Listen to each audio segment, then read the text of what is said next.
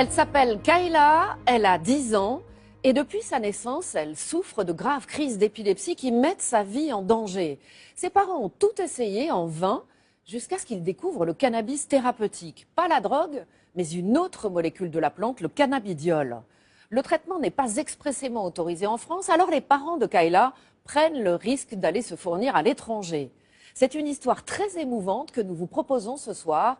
L'autre visage du cannabis, c'est un reportage de Laetitia Moreau, Martin Blanchard et Reynald Lelouch avec Antipode.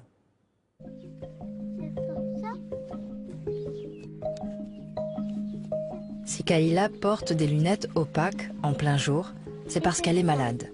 Elle souffre d'une maladie rare, le syndrome de Dravet. C'est une forme sévère d'épilepsie et les crises qu'elle fait depuis qu'elle est bébé ont endommagé son cerveau et ralenti son développement. Bah oui, c'est ça. C'est ça. Tiens.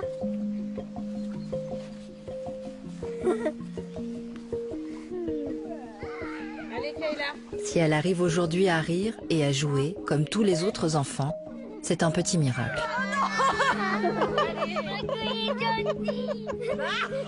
C'était un petit bébé qui était en pleine santé. Elle avait aucun souci apparent. Tout se passait normalement. Les visites chez le pédiatre nous disaient que c'était un petit bébé en pleine forme. Il n'y avait pas de problème ni de croissance. Il n'y a pas eu de problème non plus à l'accouchement. La grossesse s'est bien passée. Enfin, tout se passait bien. C'était vraiment le rêve, quoi.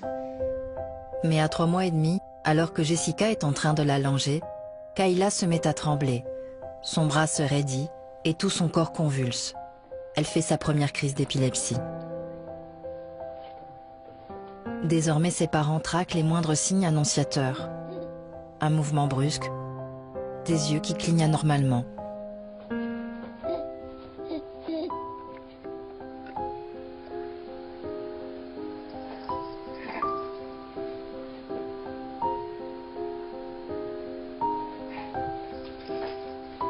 Plus Kayla grandit et plus les crises augmentent, pour atteindre une dizaine par jour.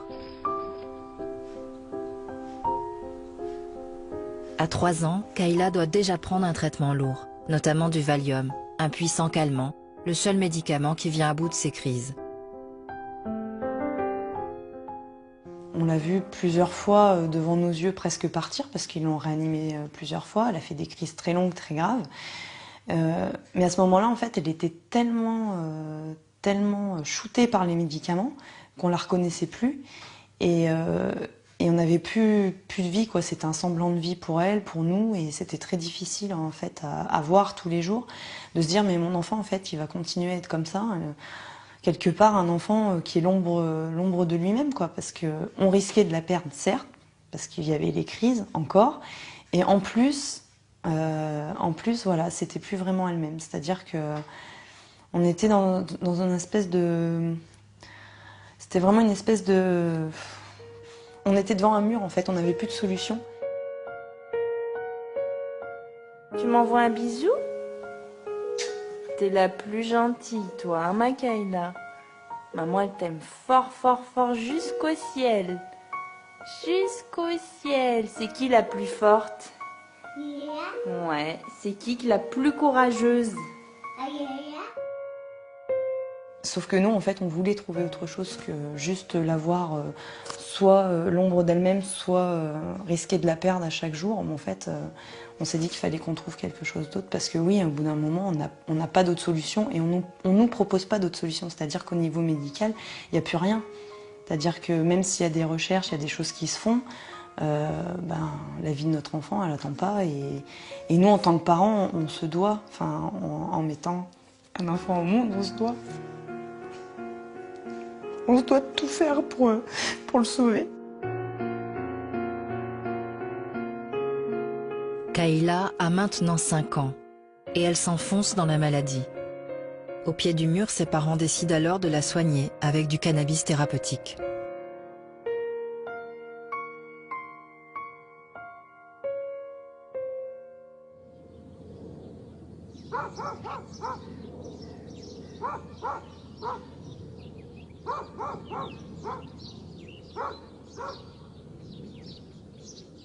C'est l'heure de se lever. Non.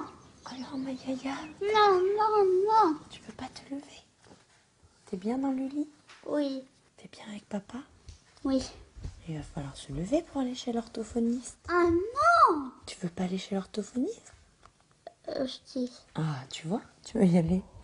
À la télé. Ah, il est peut-être dans le lecteur DVD, oui. À la télé. Dans le lecteur DVD. Oui, à la télé. À la télé. Prends pas le coup. Tous les matins, c'est le même rituel. Une maison plongée dans la pénombre, un réveil tout en lenteur. Au revoir. Kayla est très sensible à la lumière et au bruit. Il ne faut pas la brusquer pour ne pas provoquer de crise.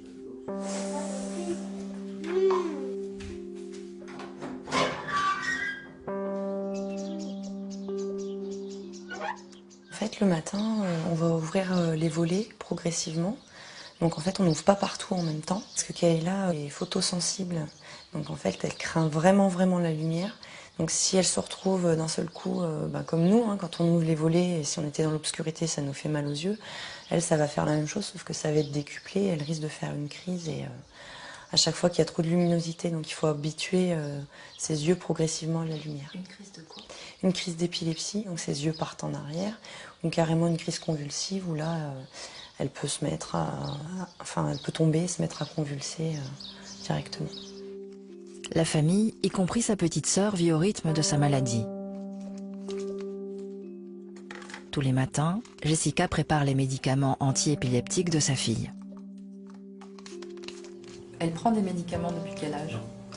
Kayla, elle a commencé son premier antiépileptique, elle devait avoir, je dirais 4 mois et demi, il me semble, parce que la première fois, on est juste reparti, donc quand elle avait 3 mois, on est juste reparti avec le Valium en cas d'urgence. Et comme elle a refait une crise un mois et demi derrière, après on a eu la dépakine en continu. Les débuts, quand on a un petit bébé et qu'on commence à donner plein de drogues comme ça, au début c'est assez traumatisant pour tout le monde. On a cherché d'autres solutions qui pouvaient améliorer son quotidien et la soulager. Et notamment arrêter en fait certains traitements ou les diminuer parce qu'il y avait beaucoup d'effets secondaires derrière. Donc des effets secondaires assez importants, perte de l'équilibre, perte d'appétit, trouble du sommeil, trouble du langage, trouble du comportement. Depuis presque 10 ans, elle a un peu l'habitude. Voilà. Donc là, je vais aller lui donner. Non. Allez, si ma puce. Allez, on la bouche. Tu bois un petit peu d'eau? Ça doit être pas bon. Ça va pas d'où, les petits bouts. C'est bon? Allez, on coiffe les cheveux. Coiffe Fais les tout cheveux parce doucement, qu'après, Kayla. on va aller manger ma Regarde, puce. fais tout doucement. Tu vois, j'ai déjà fini. Viens, on va aller déjeuner. Depuis 5 ans, Kayla se soigne aussi avec du cannabis thérapeutique. 3 fois par jour, elle prend quelques gouttes de cette huile. Et ce traitement a changé sa vie et celle de sa famille. La prends? Je donne. À qui? Ah, À toi? Allez, vas-y, mets-la dans ta bouche. Pour tout le monde, le cannabis est une drogue. En fait, la plante contient plusieurs molécules. La plus connue est le THC. C'est elle qui a un effet psychotrope. L'autre molécule importante, c'est le cannabidiol, appelé aussi CBD. Celle-ci n'a rien à voir avec la drogue. Et c'est elle qui soigne Kayla. Tu veux un petit croissant comme ça? Oui? merci.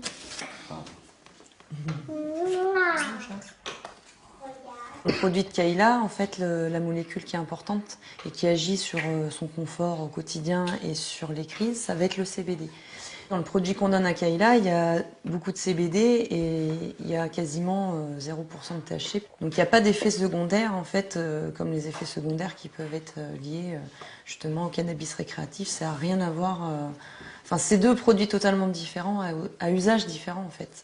Une sérénité dans le confort de vie, c'est-à-dire moins de troubles du comportement, moins de troubles du sommeil, plus d'appétit, un confort général, mais vraiment aucun effet secondaire. Oh, pas de bisous baveux.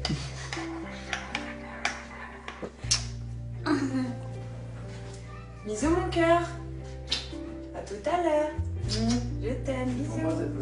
La mère de Kayla est institutrice dans l'école du village. Son père a arrêté de travailler pour s'occuper à plein temps d'elle. Parce que sinon, on va se faire fâcher par l'orthophoniste après. Tu veux qu'on se fasse fâcher? Mais non, Tiens. Il l'accompagne dans la plupart de ses rendez-vous médicaux. pas ça, Tu ouvres la porte? pas ça. Allez, hop. Les gestes du quotidien, manger, boire, ça devenait super compliqué parce que du coup, quand elle faisait une crise, elle s'étouffait à chaque fois, quoi. Et puis c'est vrai que voilà, au fil des semaines, on a trouvé que Kayla, elle était un peu plus épanouie. On la trouve changée, hein. Kayla va tous les mercredis 1 heure chez l'orthophoniste. Car si elle comprend tout, elle a encore du mal à s'exprimer. Qu'est-ce que t'as apporté aujourd'hui? T'apportes toujours quelque chose avec toi. C'est mon livre, ça. C'est votre livre à vous? Allez, tu viens, on y va. Et alors déjà, regarde, ça, tu te rappelles ce que c'était, ça? C'était l'herbe. On commence par prendre quoi? Ça, Vas-y, choisis. ça va. Tu le poses? Caca, à cause de la face. Alors, il a... Les crises et les médicaments ont ralenti son développement psychomoteur. Mais petit à petit, elle rattrape son retard et le CBD n'y est pas pour rien. Je sais. Là? C'est mieux comme ça? Oui, D'accord. Alors, tu fais celle de l'autre côté? Tu fais attention à la fenêtre, hein? c'est une autre. Moi, je trouve qu'elle est sur une bonne progression, là, quand même. Hein. Ouais, ouais. Et puis, en même temps, elle maintient bien tout ce qu'elle a appris. Elle n'est pas en perte de ce qu'elle a appris. Donc ça, c'est très important aussi. Allez, on range. Je te laisse ranger. Oula, heureusement que ça tombe pas. T'as de la chance aujourd'hui. Dans le cas de Kayla, le cannabis thérapeutique a stoppé les crises en journée. Mais elle en a encore parfois la nuit. Et c'est le seul problème majeur qui subsiste. Son copain, il s'appelle pareil que lui. Pareil. Pour comprendre en quoi le cannabis peut avoir des vertus thérapeutiques, nous sommes allés à l'hôpital Paul Brousse à Villejuif, en banlieue parisienne, dans le service d'addictologie pour adolescents et adultes. C'est là qu'exerce le professeur Amine Banyamina, et pour lui, il est temps de porter un autre regard sur le cannabis thérapeutique. Le cannabis thérapeutique, qu'on pourrait appeler cannabinoïde thérapeutique, c'est plus simple, il est reconnu ayant des effets sur les douleurs musculaires, ce qu'on appelle la spasticité musculaire dans la sclérose en plaques. C'est une indication universelle pour lesquelles il n'y a pas de discussion. Il y a d'autres indications qui sont évidemment reconnues, mais qui ne sont pas partagées par tout le monde, notamment par exemple, et ce qui est vrai, hein, c'est expérimenté chez les consommateurs de cannabis tout court, sur les vomissements dans les cures, par exemple de chimiothérapie dans les cancers. On sait qu'il a un effet sur l'appétit chez les personnes qui ont des maladies graves avec un état cachectique, c'est-à-dire quand ils n'arrivent plus à manger, la prise de cannabis va leur donner la possibilité de manger, ils ont plus d'appétit. On lui a trouvé des vertus aussi dans les glaucomes par exemple, on lui a trouvé des vertus dans des maladies métaboliques. Vous voyez, on a quand même des possibilités avec ce cannabis et on a le sentiment qu'en France, et pas ailleurs dans le monde, en France, il y a une totale impossibilité, un hermétisme complet, une insensibilité de la part des autorités à cette question. La plupart de nos voisins ont légalisé le cannabis thérapeutique. C'est le cas des Pays-Bas, de l'Allemagne, de l'Italie, du Portugal, du Luxembourg, de l'Autriche, de la Slovénie et de la Suisse.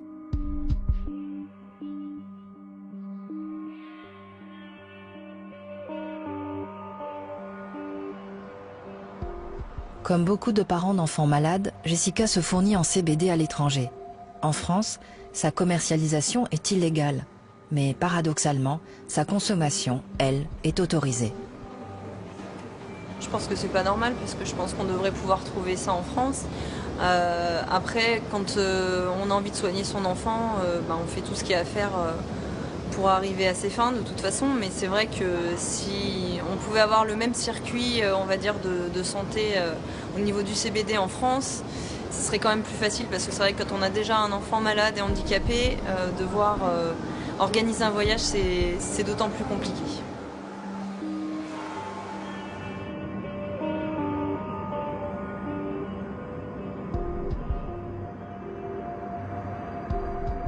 C'est en faisant des recherches sur Internet que les parents de Kayla sont tombés, il y a 5 ans, sur l'histoire de Charlotte, une petite américaine atteinte elle aussi du syndrome de Dravet. Elle souffrait de crises très violentes qui la mettaient en danger. Les médicaments ne fonctionnaient pas. Seul le CBD lui sauvera la vie.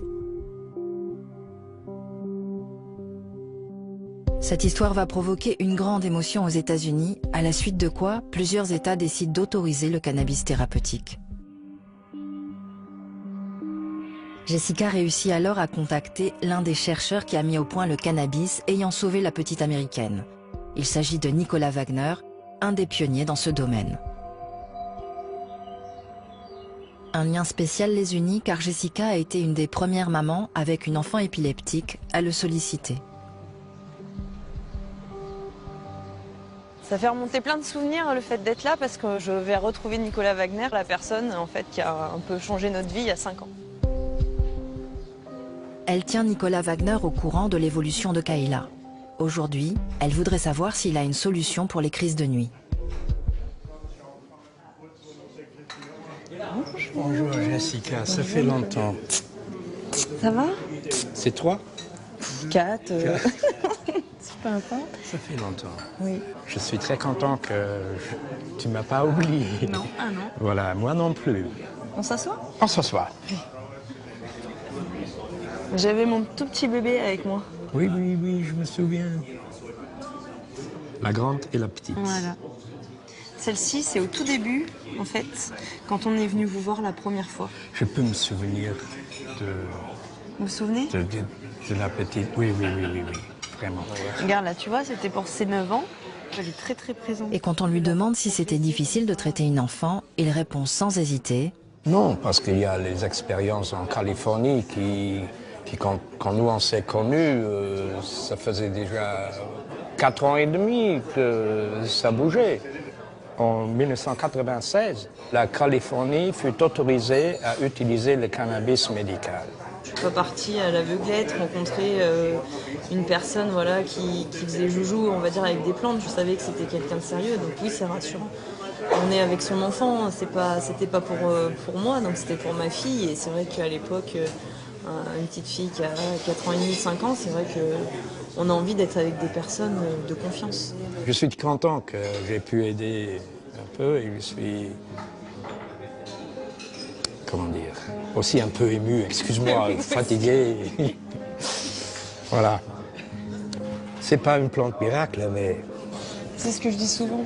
C'est pas une plante miracle, mais sur le confort de vie. Sur les choses qu'on a pu faire, qu'on ne pouvait pas faire avant, en fait, de sortir, de se balader. Nicolas Wagner est luxembourgeois, mais il a installé son laboratoire de production en Autriche, car c'est le seul pays européen qui autorise le clonage des plants de cannabis. Là, on entre vers la droite. J'y vais? Oui. Voilà. L'endroit n'a rien de clandestin, il est totalement légal. Il a fallu de nombreuses années à Nicolas Wagner pour mettre au point par croisement génétique une plante à fort potentiel médical. Car le cannabis qui soigne Kayla a un taux de CBD de 23%, un taux très élevé qui n'existe pas à l'état naturel.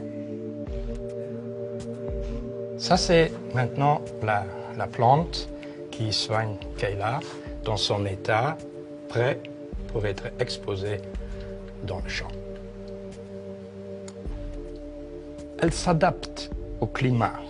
C'est la même chose comme dans les fabrications de géranium ou de tomates. C'est juste que là, on a vraiment quelque chose de très intéressant. Mais à la différence des tomates, le clonage de ce cannabis médical se fait dans des conditions phytosanitaires très rigoureuses. Les plants ne doivent subir aucune contamination avant d'être replantés dans des champs eux aussi sous contrôle. On a à disposition en fait une plante qui peut soigner et qu'on n'utilise pas encore tout son potentiel et qu'il est temps en fait de remédier à tout ça et qu'on puisse avoir accès à cette plante-là et qu'on puisse enfin soigner les gens avec. Avant que Jessica ne reparte en France, Nicolas Wagner lui propose d'essayer un nouveau traitement à base de gélules pour les crises de nuit de Kayla. C'est 10, c'est ça? C'est 10 mg de CBD séché au lu. D'accord.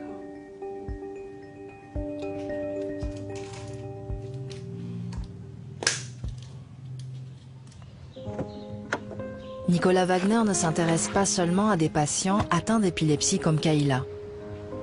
Il collabore avec des médecins en Allemagne, au Luxembourg, en Slovénie, sur d'autres pathologies.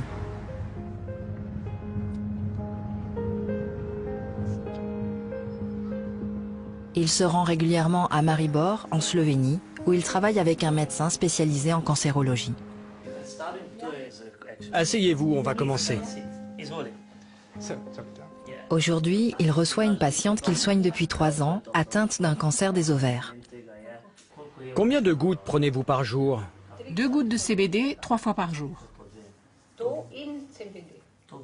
Et si on augmentait un peu? Oui. Pour avoir un dosage plus fort? Oui. Vous ne sentirez pas le dosage augmenter, mais nous, on va essayer d'influer plus fortement sur le système immunitaire. Avec le CBD, j'ai tout de suite vu que j'allais mieux.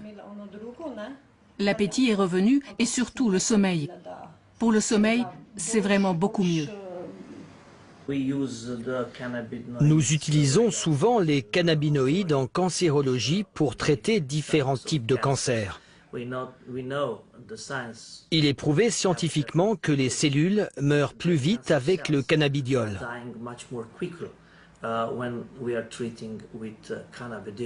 L'intérêt, c'est que le cancer ne se propage pas. Et nous traitons dans le même temps la tumeur.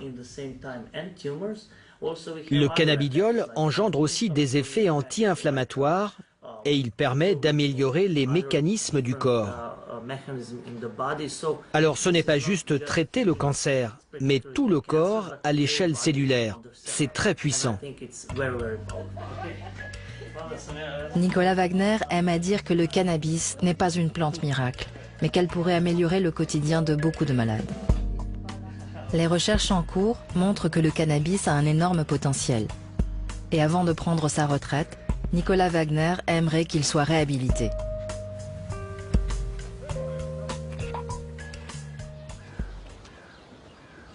Tu veux pas de gruyère, ça Si, je veux du gruyère. Moi aussi. Et t'es pas obligé de lui crier dessus à ta soeur quand tu lui parles. Moi aussi. Kayla. Non. Chaque mercredi, Jessica retrouve ses filles pour déjeuner. C'est un moment qui semble ordinaire, mais en réalité, c'est une victoire sur la maladie de Kayla. Depuis l'introduction du CBD, elle s'est mise à avoir plus d'appétit et à manger plus volontiers. C'est-à-dire que maintenant, c'est assez rare quand même qu'elle goûte pas et qu'elle se mette pas à manger. Donc en général, elle mange de tout et elle a plutôt un bon appétit. Donc ça, c'est vrai que c'est un moment qui était assez difficile par le passé et qui est beaucoup plus agréable maintenant parce qu'on peut manger en famille. Bon, elle a toujours son caractère, voilà, elle va râler un petit peu, mais voilà, après, maintenant, elle mange toute seule. Maman, elle t'aidera après pour la fin, d'accord? D'accord. Ok. Dors, Maria. Hein?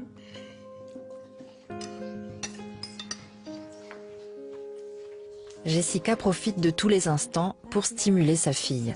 Ses jeux et ses lectures sont là pour enrichir son vocabulaire. C'est quoi ça, tu m'as dit? Oiseau. C'est bien. Tu les laisses faire hein, pour moi. C'est quoi ça? C'est ça. Hélicoptère. Oula, ça c'est dur, c'est les instruments de musique. Normalement, ta sœur, elle les connaît. Si elle sait pas, tu l'aideras, d'accord? Ça, c'est quoi? Violon. Violon. Prêt. Trompette. Non. Piano. Ça, c'est dur, ça. Si. Si. C'est bien, tu les connais tous. Je peux le faire toute seule. La voiture qui est... Ouvre les yeux quand tu marches. Du vélo? Avant la sieste, Kayla prend quelques gouttes de CBD. Un flacon dure environ 1 mois et coûte plus d'1 centaine d'euros. Tu prends un livre si tu veux, on lit une petite histoire et après on ira se coucher. D'accord? Plus. 2, c'est mieux. Sinon on s'ennuie. T'es bien comme ça? Oui. Oui? Bah vas-y, mets ta tête. Ma mamie et moi sommes des exploratrices. Grandma est très courageuse et joyeuse. Elle m'apprend à être courageuse et à avoir confiance en moi. Le moment de l'endormissement est encore un moment angoissant pour ses parents. Kayla fait encore des crises pendant son sommeil. Hop, pour tout à l'heure, ok? Allez. Depuis quelques années maintenant, on a la bouteille à oxygène qui est toujours dans la chambre. Parce que quand elle fait des grosses crises convulsives, elle cyanose, donc elle arrête de respirer ou elle a du mal à respirer, donc en fait elle devient toute violette. Le fait d'attendre à chaque fois d'avoir les pompiers ou le SAMU pour avoir l'oxygène, c'est très long et ces quelques minutes elles sont assez risquées pour sa vie. Donc là le fait qu'on ait l'oxygène à la maison, dès qu'elle cyanose un petit peu, qu'elle est pas bien, on lui met le masque et on lui met l'oxygène, ça lui permet de revenir plus vite à elle et ça permet aussi de protéger son cerveau du manque d'oxygène. Donc c'est rassurant pour nous de l'avoir à la maison. Et depuis qu'on a l'oxygène à la maison, on a beaucoup moins la venue des pompiers. Voilà, ça nécessite... Enfin, nous, on est un peu des médecins, quoi. On gère un peu notre fille au quotidien et on gère les crises. Donc voilà. Et là, on le cache derrière. Normalement, elle n'a pas accès. Voilà. Maman, elle va allumer la caméra ? La caméra, en fait, elle permet de surveiller Kayla parce que elle se déclenche quand il y a du mouvement, quand il y a du bruit. Et même quand il n'y a pas de bruit, en fait, souvent, elle fait des crises toniques. Donc, ça veut dire qu'il y a tout le corps qui se raidit. Et à ce moment-là, en fait, elle a les yeux qui s'ouvrent. Et quand on voit qu'il n'y a plus de clignement au niveau de ses yeux et que les yeux restent fixes, elle peut être en crise là aussi. Donc là, il n'y a pas de bruit. Mais nous, sur la caméra, on voit les yeux... Parce qu'avec l'infrarouge, on voit les yeux qui sont ouverts. Donc on est assez vigilant et on a toujours la caméra qui nous suit à chaque fois qu'elle dort. D'accord ? Il est encore trop tôt pour savoir si le nouveau traitement à base de gélules donné par Nicolas Wagner fonctionne. Mais les résultats sont encourageants. Alors le livre, je le pose là. Je t'aime. Je t'aime aussi. Allez, dors bien mon petit cœur. Tu fais un gros toto. D'accord ? En un mois, Kayla a fait 2 fois moins de crises.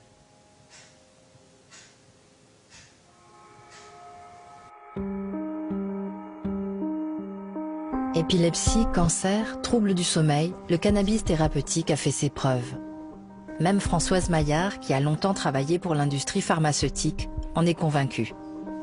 Elle se soigne avec du cannabis thérapeutique depuis 2 ans, un choix réfléchi pour cet ancien médecin qui a travaillé 30 ans pour les plus grands laboratoires. J'ai beaucoup voyagé en Asie, au Japon, en Chine et en Corée. J'ai passé la plupart de ma vie professionnelle dans l'industrie pharmaceutique. Et ce qui m'a donné l'occasion, je travaillais surtout au niveau international, donc de voyager beaucoup pour du développement de médicaments, où je rencontrais d'une part les gens des filiales et d'autre part des investigateurs potentiels pour faire des essais cliniques. Alors qu'elle est tout près de la retraite, Françoise est atteinte par une sclérose en plaques. C'est une maladie dans laquelle le corps s'attaque lui-même et détruit peu à peu la gaine protectrice des nerfs.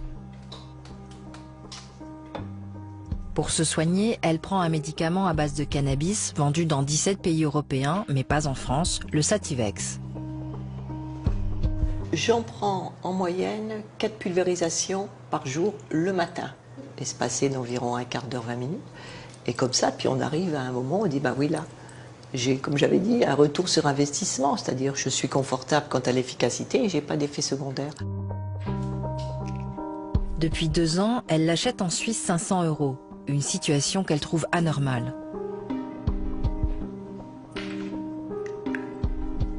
Je considère que je suis favorisée à 2 points de vue. D'abord parce que j'ai eu les connexions via le fait que je baigne dans le domaine médical pour accéder au Sativex en Suisse. Et d'autre part, j'ai eu les moyens financiers. Bon, je ne fais pas de gaieté de cœur, parce que j'aimerais mieux mettre l'argent ailleurs, c'est certain. Donc, et je trouve que c'est particulièrement... C'est pas juste. Ça vous fait une médecine à 2 vitesses. Une médecine à 2 vitesses dont pâtissent les malades. Pourtant, la découverte des bienfaits du cannabis remonte à une trentaine d'années. Les chercheurs découvrent alors que les cannabinoïdes sont indispensables à notre bonne santé, mieux que notre corps en fabrique naturellement. On les appelle les endocannabinoïdes. Ces molécules envoient des messages à nos cellules en se fixant sur des récepteurs que nous avons dans le cerveau et dans tout le système immunitaire. Ces messages agissent sur l'équilibre général du corps, par exemple sur la faim, le sommeil, la douleur. Quand notre corps n'en fabrique pas assez, nous sommes en déficit, et la prise de cannabinoïdes extérieurs va rétablir l'équilibre. C'est pour ça que la prise du cannabis va jouer un rôle sur la détente des muscles sur la sclérose en plaques, va jouer un rôle sur l'amélioration des médicaments dans le système immunitaire. Par exemple, les personnes qui sont sous trithérapie, quand ils prennent du cannabis, ils ont un meilleur effet du traitement. C'est tout simple. Ce produit, ce cannabis, n'est pas un produit qui va nulle part. Il a un effet de pharmacopée de fait par sa nature et par son système. C'est la fin de l'été. Kayla a réintégré l'Institut d'éducation motrice où elle est scolarisée depuis 4 ans. Au programme aujourd'hui, séance de kiné. Elle est là. 4, 5, 6. On continue un petit peu? D'accord. D'accord? Allez. Là, tu vois, là, il commence à faire orage. Ça va rafraîchir un petit peu. Tu sais, Kayla, comme quand t'as des orages dans ta tête, tu sais comment ça fait? Ouais. Écoute, et bah, tu vois, le ciel, là, il fait des orages. Ah. Écoute. C'est vrai que souvent, l'image qu'on donne, nous, parents d'enfants épileptiques, c'est des orages dans la tête. Il y a des moments, ça explose un peu dans la tête. Et c'est vrai que c'est l'image la plus proche, en fait, d'une crise d'épilepsie pour un enfant. C'est ce qui est le plus facile à expliquer. Papa? C'est papa qui arrive? Non. C'est pas papa? Moi, je crois bien que c'est papa qui arrive, regarde. Chut, chut. Il y a papa qui arrive. Sarah! Oui. Viens vite. Ça glisse. On en profite avant qu'il pleuve vraiment, mais souvent, voilà, faut préparer, faut mettre les lunettes, le chapeau, faut faire quand même attention à pas mal de choses. Et là c'est vrai que nous, c'est la petite bouffée d'oxygène. Pouvoir sortir comme ça, c'est bien. Pour la première fois, la ministre de la Santé a évoqué en juin dernier la possibilité de légaliser le cannabis thérapeutique. On va rentrer parce que là, on commence à se mouiller. Hein. Oui, parce qu'elle voulait faire du vélo. Pour Kayla et sa famille, pour Françoise et pour beaucoup d'autres malades en France, ce serait une vraie bouffée d'oxygène.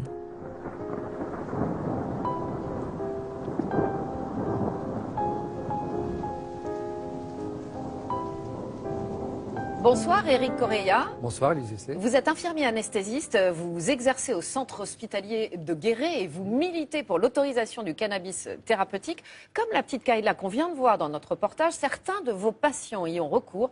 Et là, très franchement, vous voyez la différence? Absolument, j'ai pu mesurer la différence et la constater au fil des années, où j'avais des patients avant qui se soignaient avec la pharmacopée usuelle dont on était disponible en France et qui aujourd'hui se soignent avec du cannabis thérapeutique et qui, grâce à ça, ont une vie maintenant quotidienne normale, absente de douleur, où ils ont même pu reprendre une vie sociale, voire reprendre le travail pour certains. Donc c'est un changement radical pour certains dans leur vie. Mais qu'est-ce que vous répondez à tous ceux qui vous disent que l'autorisation du cannabis thérapeutique, c'est une porte ouverte à l'autorisation du cannabis récréatif cette fois? C'est la question effectivement usuelle qu'on entend régulièrement. La Suisse utilise le cannabis thérapeutique depuis 3 ou 4 ans, on n'a pas pour autant légalisé sur son territoire. Et nous, en France... C'est bien séparé. C'est bien séparé. Et nous, en France, nous utilisons tous les jours, on vous prescrit des médicaments dérivés de l'opium. Et d'ailleurs, il y a eu un très beau reportage sur Envoyé spécial il y a quelques temps. Et l'on voit bien que malgré tout, nous n'avons pas légalisé ni l'héroïne ni la cocaïne sur notre territoire. Donc il y a une marge de manœuvre et heureusement que nous ne l'avons pas fait. Alors, on vous a invité parce que vous avez une double casquette, en marge d'être un soignant, vous êtes aussi un élu de la Creuse, conseiller régional de Nouvelle-Aquitaine. Et dans une tribune qui a été parue en juillet, vous y allez très fort, vous dites produire du cannabis à usage thérapeutique en France, ça n'est plus une option, mais c'est une nécessité. Absolument, c'est une nécessité pour plus de 300 000 patients aujourd'hui en France. C'est une estimation qui a été chiffrée grâce à l'association Normol avec qui je travaille. 300 000 personnes, c'est le nombre de patients qui auraient besoin de cannabis thérapeutique? Qui en ont besoin quotidiennement, effectivement, pour se soigner, disparaître leur douleur et vivre mieux, avoir une vie sociale. Et c'est le minimum, parce qu'on peut monter à 1 million de patients si on compte parmi ceux-ci, ceux qui reçoivent une chimiothérapie pour un cancer. Le cannabis thérapeutique est utilisé en Suisse pour éviter les vomissements, pour redonner de l'appétit. Donc 300 000 est vraiment un seuil. Vous militez même pour que votre département, la Creuse, soit le premier à produire du cannabis thérapeutique. Pourquoi? C'est un business aussi? Bien évidemment, au-delà d'un projet humain et sociétal et humaniste, c'est aussi un projet économique. Je rappelle que les territoires ruraux comme la Creuse sont vraiment en souffrance et qu'on va se battre, trouver des idées. Et l'idée du cannabis thérapeutique est effectivement en termes économiques. On le voit ce qui se passe dans le monde aujourd'hui. Quand vous avez Pernod Ricard qui s'intéresse au cannabis, Coca-Cola, Amazon. Donc on voit bien que derrière, effectivement, il y a une manne économique. Et moi, je souhaite que cette filière économique complète, qui aujourd'hui est en train de se déployer tout autour de la France, eh bien, elle se développe aussi en France, mais plus particulièrement en Creuse, qui est mon département. Et je souhaite qu'il puisse effectivement revivre. Parce qu'il y a un potentiel financier évident. Alors, parlons maintenant du gouvernement. Il avance sur ce sujet. Oui. A priori, il pourrait y avoir une décision avant la fin de l'année 2019. Là, dans les mois qui viennent, qu'est-ce que vous en pensez? Je trouve qu'on pourrait aller beaucoup plus vite, parce qu'aujourd'hui, justement, pour discuter avec pas mal de laboratoires suisses, québécois, eh bien, nous avons un certain nombre d'ingénieurs français qui sont déjà dans ces laboratoires-là. Nous savons faire, nous avons le savoir-faire. C'est toujours malheureux que ce soit des Français qui la développent ailleurs. Oui. Elle pourrait très bien se développer beaucoup plus vite en France, et notamment, encore une fois, en Creuse, comme je le souhaite de mes voeux pour notre territoire. Alors, ce qui est fou et ce qu'on ne sait pas, c'est que chez certains de nos voisins en Europe, en Allemagne par exemple, le cannabis thérapeutique est même remboursé par l'équivalent de la sécurité sociale. Bien évidemment, en Allemagne et donc en France, j'espère, parce que si nous sommes dans le thérapeutique, dans le médicament, il faudra bien évidemment envisager aussi le remboursement de certains médicaments qui pourraient être issus du cannabis thérapeutique. Nous sommes dans le soin, donc il n'y a pas de raison. Merci à vous, Éric Correia. Merci, Élise Lucet. C'est la fin de ce numéro d'Envoyé spécial. Merci de votre fidélité. Dans un instant, on se retrouve sur franceinfo.fr, sur les réseaux sociaux et dans une semaine pour une nouvelle émission. Tout de suite, c'est Complément d'enquête. Avec vous, Jacques Cardoz. Merci Élise, bonsoir à tous. Le vin est-il un alcool comme les autres? Pour certains, la réponse est non. Mais est-ce responsable de tenir de tels propos en France lorsque l'on sait que l'alcool tue chaque année plus de 40 000 personnes? Alors le vin fait-il tourner la tête de nos politiques? C'est l'une des questions que l'on se pose ce soir à travers cette émission qu'on a intitulée « Milliardaire, lobby du vin, vous reprendrez bien un petit verre ». Et c'est tout de suite dans Complément d'enquête.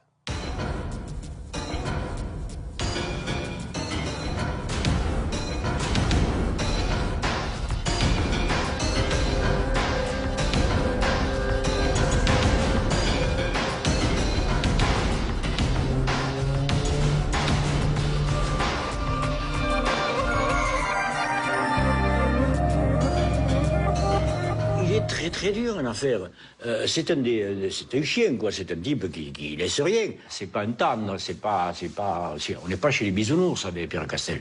Mais qui est le baron du rouge? Vous ne le connaissez sans doute pas, mais vous connaissez peut-être ses bouteilles, le baron de l'Estac, la villageoise ou encore le caviste Nicolas. Tout est la propriété d'un certain Pierre Castel, un ouvrier agricole devenu multimilliardaire. On a enquêté sur ses affaires et ses méthodes, aussi bien dans le Bordelais qu'en Afrique, où il a étendu une partie de son empire. Alors vous le voyez, pour réaliser cette émission, on s'est installé au milieu des vignes, en Bourgogne, l'occasion de parler de cette filière qui génère un chiffre d'affaires de quelques 20 milliards d'euros chaque année. Mais pour commencer, si je vous dis, vous reprendrez bien un petit verre, vous me direz que c'est le genre de phrase qu'on entend plus souvent dans les brasseries qu'à la télévision. Et vous aurez raison, puisqu'il y a cette fameuse loi Evin qui est censée nous freiner face à la consommation d'alcool. Le problème, c'est que cette loi Evin a perdu de sa substance au fil des années. Et c'est précisément ce que l'on va vous raconter maintenant dans notre première enquête. Par qui? Pourquoi? Eh bien, essentiellement par le puissant lobby du vin qui veut nous faire consommer toujours plus. Alors évidemment, la loi m'impose de vous prévenir que l'alcool est évidemment dangereux pour la santé, qu'il est à consommer avec modération. Mais vous pouvez consommer nos enquêtes de la soirée sans aucune modération, à commencer par celle d'Alexandra Colino, Baptiste Lègle et Mathieu Ruissin pour Bangoumi.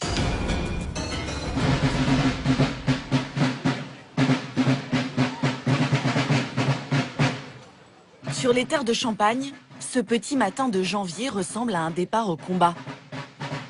C'est la Saint-Vincent, le patron des vignerons.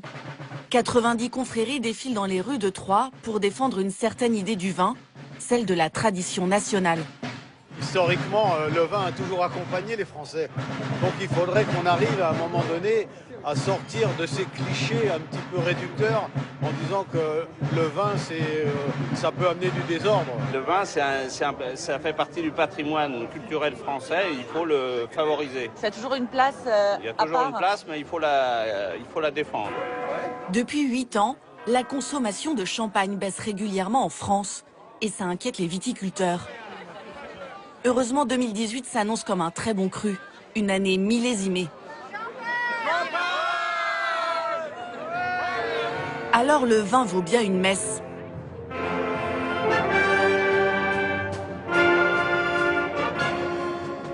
Le nectar des dieux est prélevé du tonneau, puis béni par l'évêque. Pour la gloire de Dieu et le salut du monde. Ceci est la coupe de mon sang. Des prières pour soutenir la filière, reprises en chœur par le pouvoir. Au Sénat, le Premier ministre lui déclare sa flamme. J'aime le vin. Le président de la République... Les gestes du quotidien, manger, boire, ça devenait super compliqué parce que du coup, quand elle faisait une crise, elle s'étouffait à chaque fois, quoi. Et puis c'est vrai que voilà, au fil des semaines, on a trouvé que Kayla, elle était un peu plus épanouie. On la trouve changée, hein. Kayla va tous les mercredis 1 heure chez l'orthophoniste. Car si elle comprend tout, elle a encore du mal à s'exprimer. Qu'est-ce que t'as apporté aujourd'hui? T'apportes toujours quelque chose avec toi. C'est mon livre, ça. C'est votre livre à vous? Allez, tu viens, on y va.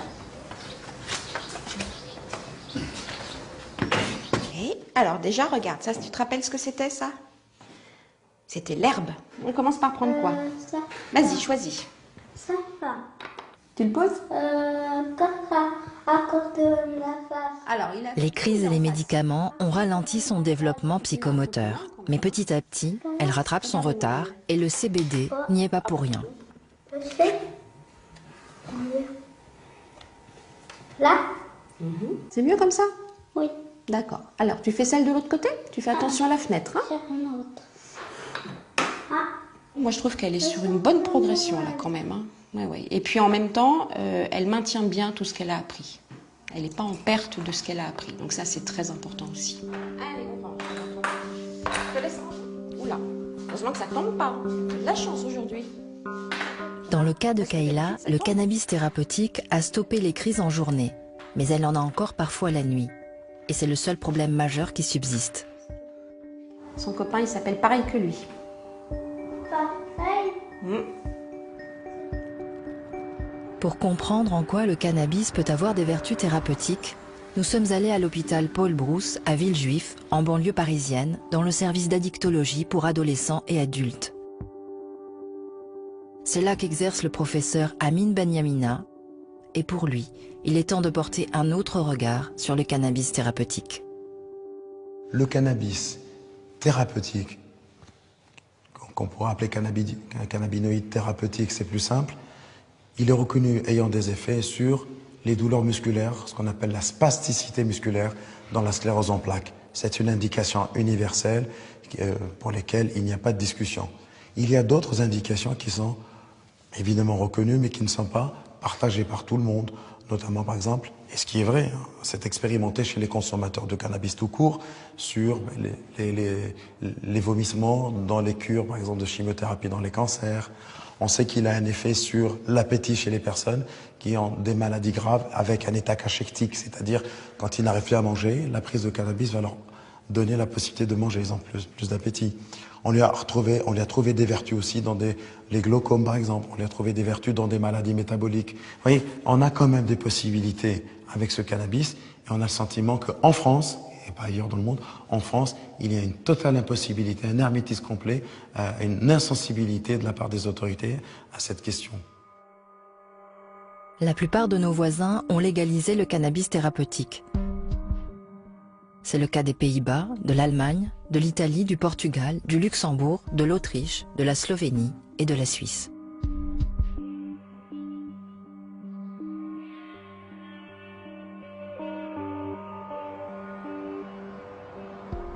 Comme beaucoup de parents d'enfants malades, Jessica se fournit en CBD à l'étranger. En France, sa commercialisation est illégale. Mais paradoxalement, sa consommation, elle, est autorisée. Je pense que c'est pas normal parce que je pense qu'on devrait pouvoir trouver ça en France. Après, quand on a envie de soigner son enfant, on fait tout ce qu'il y a à faire pour arriver à ses fins de toute façon. Mais c'est vrai que si on pouvait avoir le même circuit, on va dire, de santé au niveau du CBD en France, ce serait quand même plus facile parce que c'est vrai que quand on a déjà un enfant malade et handicapé, devoir organiser un voyage, c'est d'autant plus compliqué.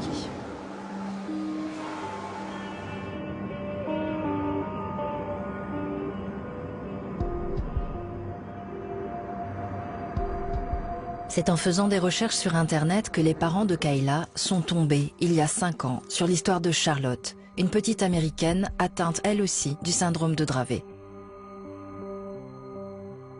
Elle souffrait de crises très violentes qui la mettaient en danger. Les médicaments ne fonctionnaient pas. Seul le CBD lui sauvera la vie. Cette histoire va provoquer une grande émotion aux États-Unis, à la suite de quoi plusieurs États décident d'autoriser le cannabis thérapeutique. Jessica réussit alors à contacter l'un des chercheurs qui a mis au point le cannabis ayant sauvé la petite Américaine. Il s'agit de Nicolas Wagner, un des pionniers dans ce domaine. Un lien spécial les unit car Jessica a été une des premières mamans avec une enfant épileptique à le solliciter. Ça fait remonter plein de souvenirs le fait d'être là parce que je vais retrouver Nicolas Wagner, la personne en fait qui a un peu changé notre vie il y a 5 ans. Elle tient Nicolas Wagner au courant de l'évolution de Kayla. Aujourd'hui, elle voudrait savoir s'il a une solution pour les crises de nuit. Bonjour Jessica, ça fait longtemps. Ça va? C'est toi? 4. C'est peu importe. Ça fait longtemps. Oui. Je suis très content que tu ne m'as pas oublié. Non, ah non. Voilà, moi non plus. On s'assoit? On s'assoit. J'avais mon tout petit bébé avec moi. Oui, oui, oui, je me souviens. La grande et la petite. Voilà. Celle-ci, c'est au tout début, en fait, quand on est venu vous voir la première fois. Je peux me souvenir de... Vous vous souvenez? De la petite. Oui, oui, oui, oui, oui. Vraiment. Regarde, là, tu vois, c'était pour ses 9 ans. Elle est très, très présente. Et quand on lui demande si c'était difficile de traiter une enfant, il répond sans hésiter. Non, parce qu'il y a les expériences en Californie qui quand nous on s'est connus, ça faisait déjà 4 ans et demi que ça bougeait. En 1996, la Californie fut autorisée à utiliser le cannabis médical. Je suis pas partie à l'aveuglette rencontrer une personne voilà, qui faisait joujou, on va dire, avec des plantes. Je savais que c'était quelqu'un de sérieux, donc oui, c'est rassurant. On est avec son enfant, c'était pas pour moi, donc c'était pour ma fille. Et c'est vrai qu'à l'époque, une petite fille qui a 4 ans et demi, 5 ans, c'est vrai qu'on a envie d'être avec des personnes de confiance. Je suis content que j'ai pu aider un peu et je suis, comment dire, aussi un peu ému, excuse-moi, fatigué. Voilà. C'est pas une plante miracle, mais... C'est ce que je dis souvent. C'est pas une plante miracle, mais sur le confort de vie. Sur les choses qu'on a pu faire, qu'on ne pouvait pas faire avant, en fait, de sortir, de se balader. Nicolas Wagner est luxembourgeois, mais il a installé son laboratoire de production en Autriche, car c'est le seul pays européen qui autorise le clonage des plants de cannabis. Là, on entre vers la droite. J'y vais? Oui. Voilà. L'endroit n'a rien de clandestin, il est totalement légal. Il a fallu de nombreuses années à Nicolas Wagner pour mettre au point par croisement génétique une plante à fort potentiel médical. Car le cannabis qui soigne Kayla a un taux de CBD de 23%, un taux très élevé qui n'existe pas à l'état naturel. Ça, c'est maintenant la plante qui soigne Kayla dans son état prêt pour être exposée dans le champ. Elle s'adapte au climat. C'est la même chose comme dans les fabrications de géranium ou de tomates. C'est juste que là, on a vraiment quelque chose de très intéressant. Mais à la différence des tomates, le clonage de ce cannabis médical se fait dans des conditions phytosanitaires très rigoureuses. Les plants ne doivent subir aucune contamination avant d'être replantés dans des champs eux aussi sous contrôle. On a à disposition en fait une plante qui peut soigner et qu'on n'utilise pas encore tout son potentiel et qu'il est temps en fait de remédier à tout ça et qu'on puisse avoir accès à cette plante-là et qu'on puisse enfin soigner les gens avec. Avant que Jessica ne reparte en France, Nicolas Wagner lui propose d'essayer un nouveau traitement à base de gélules pour les crises de nuit de Kayla. C'est 10, c'est ça? C'est 10 mg de CBD, séché ou lu.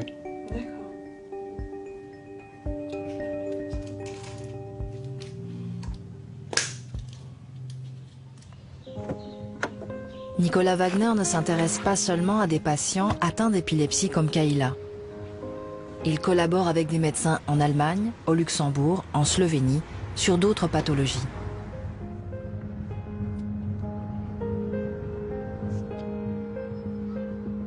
Il se rend régulièrement à Maribor, en Slovénie, où il travaille avec un médecin spécialisé en cancérologie. Asseyez-vous, on va commencer. Aujourd'hui, il reçoit une patiente qu'il soigne depuis 3 ans, atteinte d'un cancer des ovaires. Combien de gouttes prenez-vous par jour? 2 gouttes de CBD 3 fois par jour. Et si on augmentait un peu? Oui. Pour avoir un dosage plus fort? Oui. Vous ne sentirez pas le dosage augmenter, mais nous, on va essayer d'influer plus fortement sur le système immunitaire. Avec le CBD, j'ai tout de suite vu que j'allais mieux. L'appétit est revenu et surtout le sommeil. Pour le sommeil, c'est vraiment beaucoup mieux. Nous utilisons souvent les cannabinoïdes en cancérologie pour traiter différents types de cancers. Il est prouvé scientifiquement que les cellules meurent plus vite avec le cannabidiol.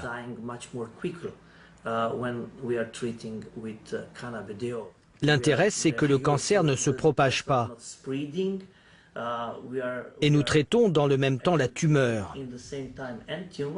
Le cannabidiol engendre aussi des effets anti-inflammatoires et il permet d'améliorer les mécanismes du corps.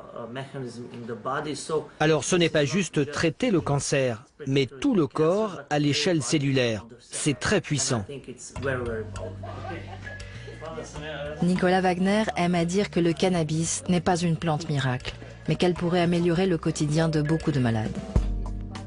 Les recherches en cours montrent que le cannabis a un énorme potentiel. Et avant de prendre sa retraite, Nicolas Wagner aimerait qu'il soit réhabilité.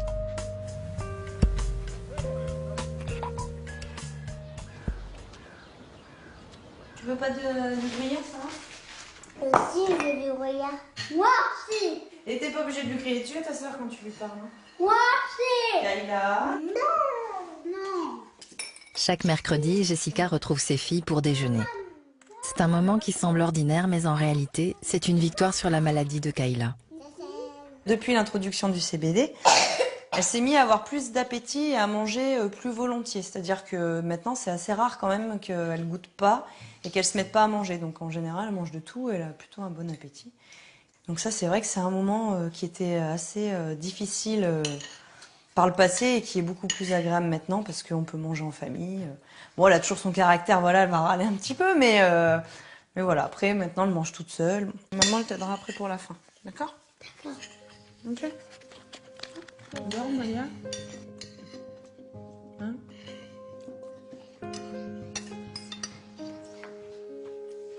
Jessica profite de tous les instants pour stimuler sa fille. Ses jeux et ses lectures sont là pour enrichir son vocabulaire. C'est quoi ça, tu m'as dit? Oiseau. C'est bien. Tu les laisses faire pour voir. C'est quoi ça? C'est ça. Hélicoptère. Oula, ça c'est dur, c'est les instruments de musique. Normalement, ta sœur, elle les connaît. Si elle sait pas, tu l'aideras, d'accord? Ça c'est quoi? Violon. Violon. Prêt. Trompette. Piano. Piano. Ça c'est dur, ça. Si. Si. C'est bien, tu les connais tous. Je peux le faire toute seule. La voiture qui fait... Ouvre les yeux quand tu marches. Du vélo? 3.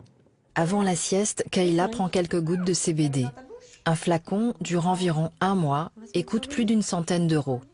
Tu prends un livre si tu veux, on lit une petite histoire et après on ira se coucher. D'accord? Plus. 2, c'est mieux. Sinon on s'ennuie. T'es bien comme ça? Oui. Oui? Bah vas-y, mets ta tête. Ma mamie et moi sommes des exploratrices. Grandma est très courageuse et joyeuse. Elle m'apprend à être courageuse et à avoir confiance en moi. Le moment de l'endormissement est encore un moment angoissant pour ses parents. Kayla fait encore des crises pendant son sommeil. Hop, pour tout à l'heure, ok? Allez. Depuis quelques années maintenant, on a la bouteille à oxygène qui est toujours dans la chambre. Parce que quand elle fait des grosses crises convulsives, elle cyanose, donc elle arrête de respirer ou elle a du mal à respirer, donc en fait elle devient toute violette. Le fait d'attendre à chaque fois d'avoir les pompiers ou le SAMU pour avoir l'oxygène, c'est très long et ces quelques minutes elles sont assez risquées pour sa vie. Donc là le fait qu'on ait l'oxygène à la maison, dès qu'elle cyanose un petit peu, qu'elle est pas bien, on lui met le masque et on lui met l'oxygène, ça lui permet de revenir plus vite à elle et ça permet aussi de protéger son cerveau du manque d'oxygène. Donc c'est rassurant pour nous de l'avoir à la maison. Et depuis qu'on a l'oxygène à la maison, on a beaucoup moins la venue des pompiers. Voilà, ça nécessite... Enfin, nous, on est un peu des médecins, quoi. On gère un peu notre fille au quotidien et on gère les crises. Donc voilà. Et là, on le cache derrière. Normalement, elle n'a pas accès. Voilà. Maman, elle va allumer la caméra ? La caméra, en fait, elle permet de surveiller Kayla parce que elle se déclenche quand il y a du mouvement, quand il y a du bruit. Et même quand il n'y a pas de bruit, en fait, souvent, elle fait des crises toniques, donc ça veut dire qu'il y a tout le corps qui se raidit. Et à ce moment-là, en fait, elle a les yeux qui s'ouvrent.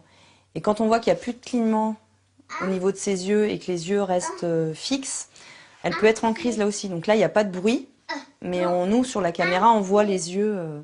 Parce qu'avec l'infrarouge, on voit les yeux qui sont ouverts. Donc on est assez vigilant et on a toujours la caméra qui nous suit à chaque fois qu'elle dort. D'accord ? Il est encore trop tôt pour savoir si le nouveau traitement à base de gélules donné par Nicolas Wagner fonctionne. Mais les résultats sont encourageants. Alors le livre, je le pose là.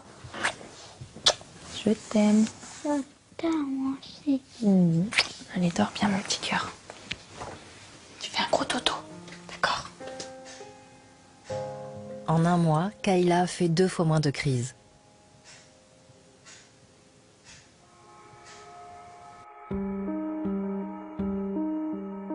Épilepsie, cancer, troubles du sommeil, le cannabis thérapeutique a fait ses preuves. Même Françoise Maillard, qui a longtemps travaillé pour l'industrie pharmaceutique, en est convaincue.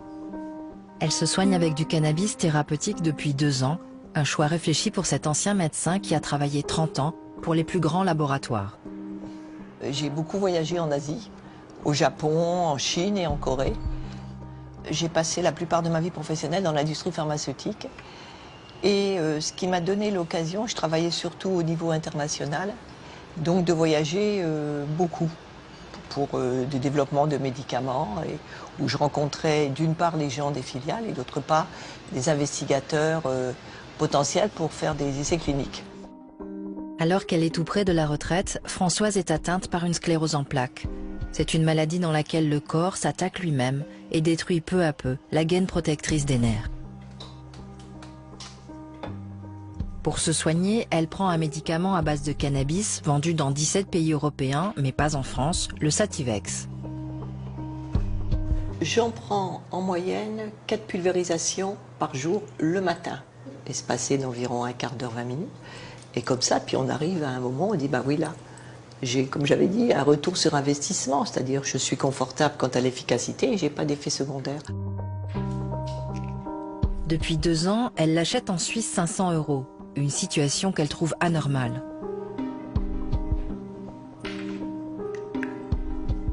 Je considère que je suis favorisée à 2 points de vue. D'abord parce que j'ai eu les connexions via le fait que je baigne dans le domaine médical pour accéder au Sativex en Suisse. Et d'autre part, j'ai eu les moyens financiers. Bon, je ne le fais pas de gaieté de cœur, parce que j'aimerais mieux mettre l'argent ailleurs, c'est certain. Donc, et je trouve que c'est particulièrement, c'est pas juste. Ça vous fait une médecine à deux vitesses. Une médecine à deux vitesses dont pâtissent les malades. Pourtant, la découverte des bienfaits du cannabis remonte à une trentaine d'années. Les chercheurs découvrent alors que les cannabinoïdes sont indispensables à notre bonne santé, mieux que notre corps en fabrique naturellement. On les appelle les endocannabinoïdes. Ces molécules envoient des messages à nos cellules en se fixant sur des récepteurs que nous avons dans le cerveau et dans tout le système immunitaire. Ces messages agissent sur l'équilibre général du corps, par exemple sur la faim, le sommeil, la douleur. Quand notre corps n'en fabrique pas assez, nous sommes en déficit et la prise de cannabinoïdes extérieurs va rétablir l'équilibre. C'est pour ça que la prise du cannabis va jouer un rôle sur la détente des muscles sur la sclérose en plaques, va jouer un rôle sur l'amélioration des médicaments dans le système immunitaire. Par exemple, les personnes qui sont sous trithérapie, quand ils prennent du cannabis, ils ont un meilleur effet du traitement. C'est tout simple. Ce produit, ce cannabis, n'est pas un produit qui va nulle part. Il a un effet de pharmacopée de fait par sa nature et par son système. C'est la fin de l'été. Kayla a réintégré l'Institut d'éducation motrice où elle est scolarisée depuis 4 ans. Au programme aujourd'hui, séance de kiné. Elle est là. 4, 5, 6. On continue un petit peu. D'accord. D'accord? Allez. Là, tu vois, là, il commence à faire orage. Ça va rafraîchir un petit peu. Tu sais, Kayla, comme quand t'as des orages dans ta tête, tu sais comment ça fait? Ouais. Écoute, eh ben, tu vois, le ciel, là, il fait des orages. Ah. Écoute. Oh. C'est vrai que souvent, l'image qu'on donne, nous, parents d'enfants épileptiques, c'est des orages dans la tête. Il y a des moments, ça explose un peu dans la tête. Et c'est vrai que c'est l'image la plus proche, en fait, d'une crise d'épilepsie pour un enfant. C'est ce qui est le plus facile à expliquer. Oh. Papa? C'est papa qui arrive? Non. C'est pas papa? Moi, je crois bien que c'est papa qui arrive, regarde. Chut, chut. Il y a papa qui arrive. Sarah! Oui. Viens vite. Viens vite. Ça glisse. On en profite avant qu'il pleuve vraiment, mais souvent, voilà, faut préparer, faut mettre les lunettes, le chapeau, faut faire quand même attention à pas mal de choses. Et là, c'est vrai que nous, c'est la petite bouffée d'oxygène. Pouvoir sortir comme ça, c'est bien. Pour la première fois, la ministre de la Santé a évoqué en juin dernier la possibilité de légaliser le cannabis thérapeutique. On va rentrer parce que là, on commence à se mouiller. Hein. Mais non, mais c'est... Oui, parce qu'elle voulait faire du vélo. Pour Kayla et sa famille, pour Françoise et pour beaucoup d'autres malades en France, ce serait une vraie bouffée d'oxygène.